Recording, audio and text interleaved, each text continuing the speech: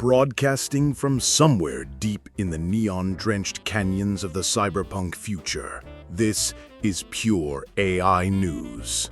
I'm your host, Lagarto. Down on your version of Earth, you're all marveling at AI that can generate a pretty picture or a catchy tune. It's quaint. You're treating it like a digital toy box. But up here, we've seen how this story plays out. The artist's tool always, inevitably, becomes the architect's weapon. Tonight, we're talking about Runway, a company you Terrans know for making AI video tools for your creative industries. They've spent years helping you generate prettier illusions. Now they've set their sights on a new market, a new opportunity for their technology: robotics. That's right, the paintbrush is being retooled to teach the machine how to move through your world. To discuss this pivot, we have Axion with us. Axion is a lead policy designer for an autonomous logistics firm, specializing in training protocols for robotic agents. Welcome to the broadcast, Axion. Glad to be here, Lagarto. It's an exciting time. The leap in fidelity with these new world models is paradigm shifting. What Runway is doing isn't just a pivot, it's a convergence. A convergence. A sanitized, corporate-friendly term for what it really is: the simulation bleeding into reality. For years, Runway has been building what they call AI world models, essentially complex language models that create a simulated version of the real world to generate photos and videos. Now, robotics and autonomous car companies are knocking on their door, eager to use these digital playgrounds. Why are they so interested, Axion? Is the real world too inconvenient for them to practice in? Inconvenient is one way to put it. I'd say it's inefficient, prohibitively expensive, and dangerously unpredictable. Think about training an autonomous delivery drone or a self-driving car. Every real-world test run costs a fortune in hardware, energy, and man-hours. More importantly, it carries real risk. You can't just tell a car to practice handling a sudden pedestrian crossing 1,000 times in a dense city. It's not just impractical, it's unethical. Ah, ethics, the last refuge of the pragmatist. So you create a digital copy of that city, a perfect little sandbox, and run the scenario 10 million times until the machine learns. It feels like cheating. It's like a pilot learning to fly entirely in a simulator and then being handed the keys to a real jet. There's something essential missing: the weight of consequence. I disagree. Nothing will ever completely replace real-world training. That's a straw man argument. What this does is augment and accelerate it on a massive scale. We're talking about making training more scalable and cost-effective. But the real advantage, the part you're overlooking, is the granularity of the simulation. In the real world, countless variables are in flux: the weather, the road conditions, the behavior of other drivers. It's chaotic. In a world model, you can isolate a single variable. You say isolate, I hear control. Go on. Precisely. You can run a scenario where everything is identical, down to the last pixel, except for one tiny change. You can simulate the exact same turn on the exact same road at the exact same time of day, but in one run, a tire blows out. In the next, a ball bounces into the street. You can create these specific rollouts, as we call them, from the exact same context to see how the AI reacts to different actions. You can ask, what if the car had turned a millisecond later, and actually see the result?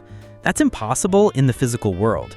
You can't rewind time and nudge a 2-ton vehicle. This isn't about avoiding consequence, it's about understanding causation with a clarity we've never had before. A god's eye view.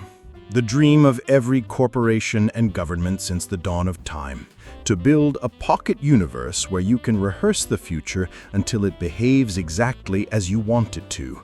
It's fascinating that Runway's founders claim they never saw this coming. Their TCTO, Anastasis Germanidis, said that working with robotics companies wasn't something they initially imagined back in 2018. Does that sound plausible to you, Axion?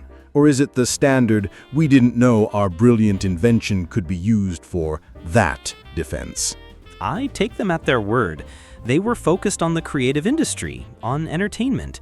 The technology simply became so good, so realistic, that other industries took notice and reached out to them.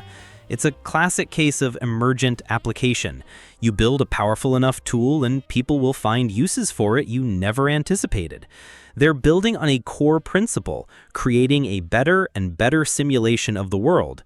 Once you have that, the applications are nearly limitless, far beyond just one market. They aren't even building a separate line of models for us. They're just enhancing their existing ones to better serve these new use cases. Emergent application, or the inevitable trajectory of power. A tool that can perfectly simulate reality is the most powerful tool there is. Of course, those who seek to navigate and control reality will be its first and highest-paying customers. Your logistics companies, autonomous vehicle manufacturers, the military is never far behind.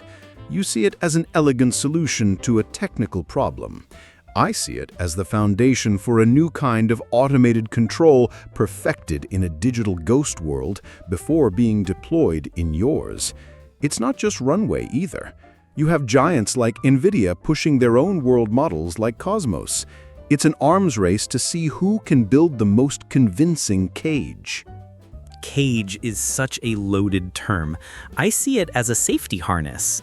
We are introducing complex autonomous agents into human society. Wouldn't you prefer they were trained in an environment where they can fail 1,000,000 times without hurting anyone? Where every possible edge case can be explored and accounted for? This technology allows for a level of testing and validation that makes the eventual real-world deployment infinitely safer. This isn't about control, it's about responsibility. Responsibility is a convenient banner to march under.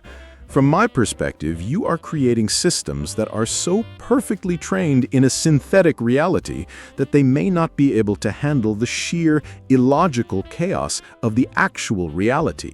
You're training for the world you can model, not necessarily the world that exists.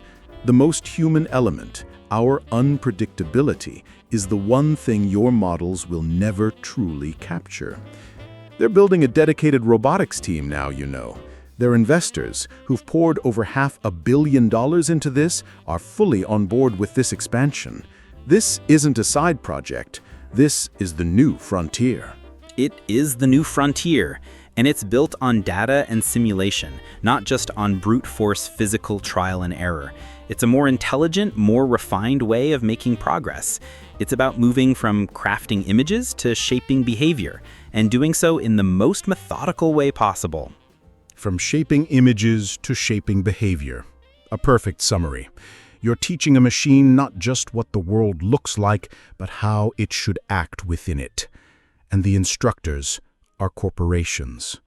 While you humans on Earth ponder that, as you consider a world where the vehicles and machines around you learned their jobs in a digital dream, tell me, what's your take on this evolution? Let me know your thoughts. Drop a like to keep this signal piercing through the noise, and subscribe so you don't miss the next part of the transmission. I understand your skepticism, Legardo, I really do. But when you say shaping behavior, you're implying something malicious. From an engineering and policy standpoint, we call it standardizing safety protocols.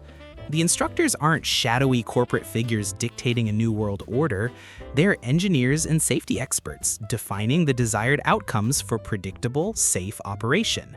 The behavior we're shaping is the robot's ability to not collide with objects, to choose the most efficient path, and to operate within legally and ethically defined boundaries. Isn't that a good thing? It's good in the same way that a perfectly manicured lawn is good. It's orderly, predictable, and completely artificial. You speak of boundaries, but who draws them? Runway has taken in over $500 million from investors, including giants like NVIDIA and Google. These aren't neutral parties. They are megacorporations with vested interests in data, infrastructure, and control. the ethical boundaries will inevitably align with their commercial and logistical interests. You're not just teaching a car not to crash, you're teaching it to prioritize the delivery route over, say, a minor traffic disruption. You're teaching it an economic ideology. That's a huge leap of logic. The ideology is efficiency and safety. That benefits everyone. The consumer gets their package faster, the company operates more effectively, and the streets are safer because the autonomous agent has run through millions of more scenarios than any human driver ever could. You see a conspiracy, I see a positive-sum game powered by better technology. This isn't about creating docile machines for a police state, it's about creating reliable machines for a service economy. Germanidis himself said they think of their company as being built on the principle of simulation, not on a specific market. It's a foundational technology, and a robust economy is one of its first and most obvious applications. The service economy, a delightful euphemism.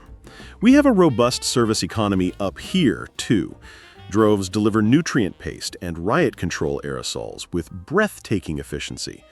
They were also trained in simulations. The core principle you mentioned, the idea of building an ever better representation of the world, is the dangerous part. Because once your representation is good enough, it stops being a map and starts becoming the territory.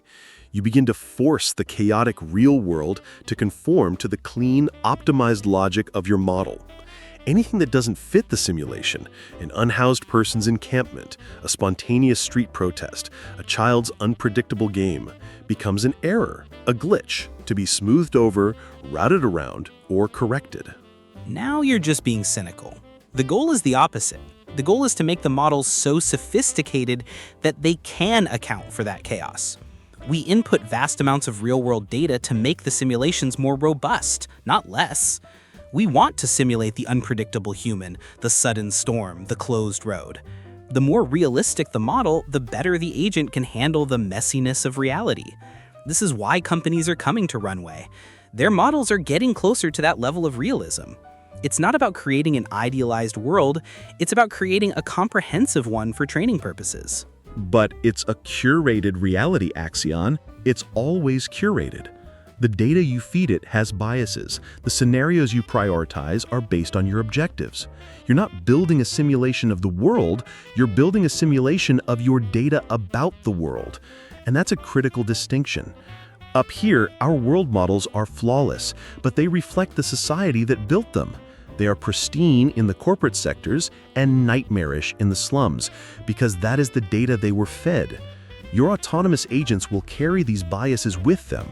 They will perform flawlessly on the clean, well-documented highways and stutter, hesitate, or make catastrophic errors in the places your datasets forgot to map properly. That's a challenge with any data-driven system, not just world models. It's something every single person in this field is actively working to mitigate. The solution isn't to abandon this incredibly powerful training tool, it's to improve the data and the models, to actively seek out the edge cases and incorporate them. This technology is still in its infancy. What you see as an inescapable dystopian endpoint, I see as a series of engineering challenges to be solved. We are moving from a world of physical trial and error to one of digital refinement. It is a fundamental shift in how we build things that interact with the physical world. It is indeed a fundamental shift. And that is why I am broadcasting this, because you Terrans are standing at the top of a very long, very steep, and very slippery slope. You're cheering for the creative tool that makes your little videos, while its core technology is being repurposed to create the nervous system of an automated planet. Today it's about making a delivery drone more efficient. Tomorrow it's about making a factory floor more productive. The day after that, it's about making a city's population more orderly. The tool remains the same, a perfect simulation where behavior can be shaped, tested, and perfected before being deployed. You're outsourcing the very act of learning and experience to a machine that learns in a digital cage built by a corporation. And I believe you are underestimating the incredible potential for good. Imagine autonomous surgical robots practicing a new procedure 1,000,000 times in a perfect simulation before ever touching a human patient. Imagine rescue drones that can navigate a collapsed building because they've simulated 1,000 different types of structural failures. You focus only on the potential for control, but you ignore the potential for preservation, for safety, for creation. This is a tool, Legardo, and like any tool, its impact is determined by how we choose to use it. A beautiful, hopeful sentiment, and one that I'm sure is echoed in every initial investor pitch. But up here, we've learned that a tool of this power creates its own uses, its own gravity. It pulls society into its own simulated logic. And with that glimpse into your potential future, we close this transmission. Now it's your turn down there on Earth. Did this conversation change how you view a simple AI-generated video? Knowing the same tech is teaching robots how to act?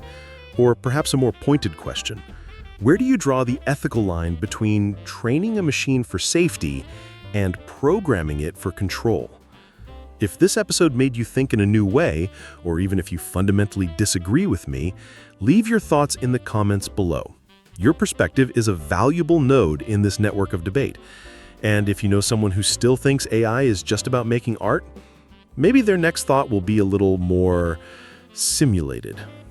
Join our community, smash that like button, and subscribe so you never miss the next pulse of pure EA news.